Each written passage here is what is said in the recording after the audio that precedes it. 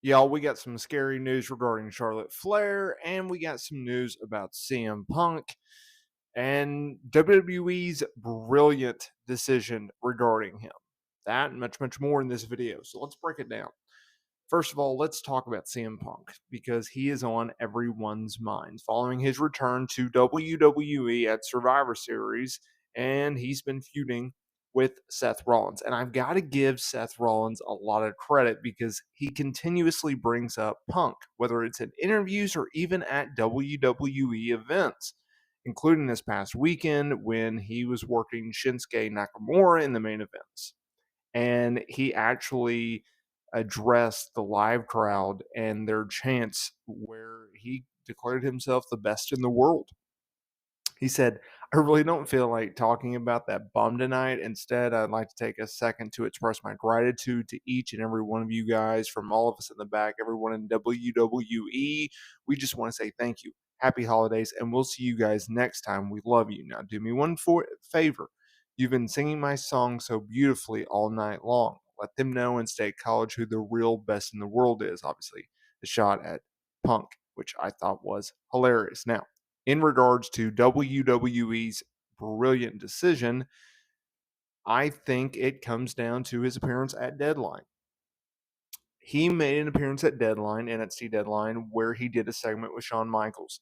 And this comes at a time where he has been teasing which brand will he choose, Raw, NXT, SmackDown. And the entire time it's been very obvious that he would be on Raw, not only due to the fact that the show needs him more than SmackDown, but because he's feuding with Seth Rollins, World Heavyweight Champion currently. And both PW Insider and Fightful Select, they had reports regarding Punk, and essentially the segment came up immediately. Punk was immediately up for the idea when it was pitched to him at the SmackDown the night before, and he was said to be friendly to all the NXT talents. In fact, he went to the new WWE headquarters and was training in their gym and documented that on IG, which I thought was hilarious. It's a brilliant decision because it gives NXT some credibility, more credibility at a time where they just locked down a TV deal in 2024 with the CW network. But it also got a lot of people talking about Deadline, and maybe it got people more interested in Deadline than usual. Now, in regards to Charlotte Flair, she worked a SmackDown match on Friday night, December uh, 10th. No, December 9th. And so December 8th. Anyways, you get the gist. She worked a singles match against against Asuka, and during it, she seemingly got injured. And there is a lot of concern going on right now regarding her. It's some type of knee injury. She could be seen telling the ref that she hurt her knee. She was visibly upset, so she was very emotional and obviously in a lot of pain. And she was pulled from house shows this past weekend. And there is, according to Sean Ross Sapp of Fightful Select, great concern regarding her potentially suffering a serious injury, and there should be, because Charlotte Flair is one of WWE's biggest stars out there right now. She's obviously been the face of the promotion for quite some time, especially in the women's division. They need her. They rely on her. And coming out of Survivor Series, where she has been on this babyface run for a while now, and getting along seemingly with Becky Lynch and Bianca Belair, and being able to mix it up with those types. Obviously, her and Asuka have great chemistry. Their SmackDown match was evident of that.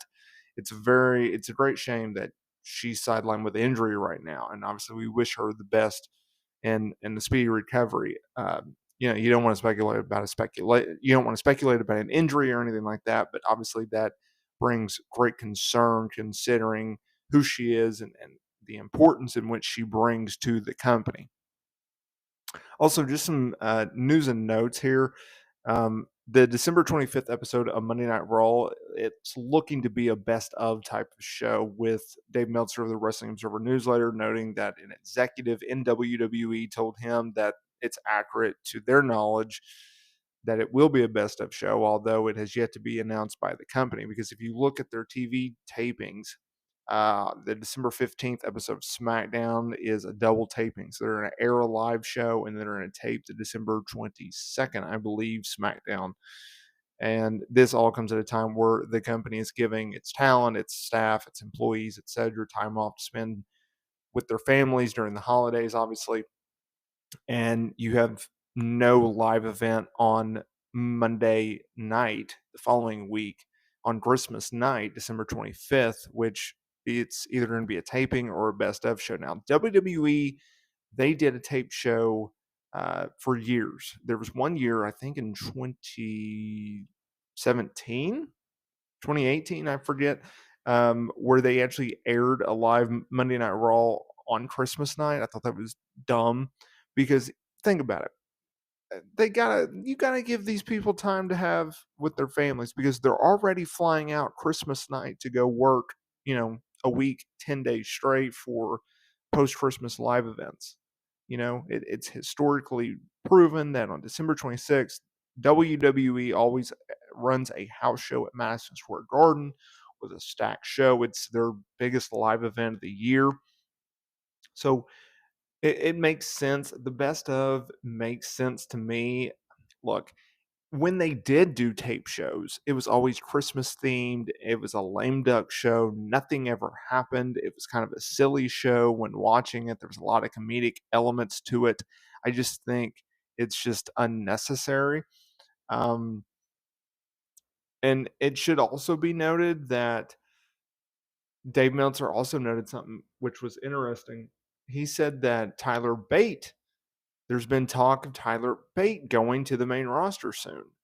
And that's an interesting name because, look, Tyler Bate is an extremely talented wrestler. He can have a great match with anyone. And yes, he is on the smaller side. And yes, he's a lovable babyface. But for me, he's always been hard to believe to be a top guy.